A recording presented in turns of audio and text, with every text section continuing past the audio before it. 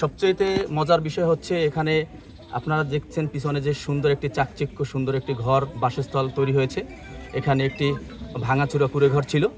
ফেসবুকের বদৌলতে পিরোজপুরের কৃতি সন্তান আমাদের কারা নির্যাতিত সাংবাদিক নেতা আবু সাইদ খান ভাই যখন এটা দেখতে পেলেন এবং তিনি আমাদের মাধ্যমে পিরোজপুরে তার শুভাকাঙ্ক্ষী যারা রয়েছে তাদের মাধ্যমে খোঁজখবর নিয়ে এখানে জিয়া রহমান ফাউন্ডেশনের মাধ্যমে একটি সুন্দর ঘর উপহার দিয়েছে। আমরা থাকতে পারতাম না, বৃষ্টি পড়তো, বৃষ্টি আসলে ঘর থেকে পানি পড়তো, তো ঘরের তেমনটা বেড়া সার্কিট ছিল না। তো এখন বর্তমানে তারেক জিয়া অর্থাৎ ফাউন্ডেশন থেকে আমরা একটা ঘর পাইছি, অনেক অসংখ্য অসংখ্য ধন্যবাদ।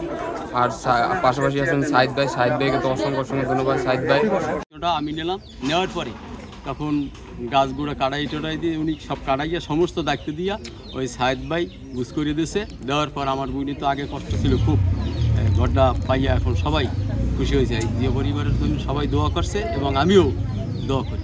আমার দেশনায়ক তারেক রহমান সাহেব যখন তার দৃষ্টিগোচর হয় তো উনি সাথে সাথে এই ঘর নির্মাণের জন্য ব্যবস্থা করে দেন। আমরা একটা পত্রিকায় একটা নিউজ দেখি, আমরা প্রথমে নিউজ দেখার পরে এটা সাইদ খান ভাইকে জিয়া রহমান ফাউন্ডেশনের পরিচালক হাফিজ আল আসাদ সাইদ খান ভাইকে পাঠানো হয়। পাঠানোর পরে সে এটা তারেক রহমান স্যারকে বলার পরে তারেক রহমান স্যার এটা উপহার হিসাবে সাইদ খান ভাইয়ের মাধ্যমে বাস্তবায়ন করেন।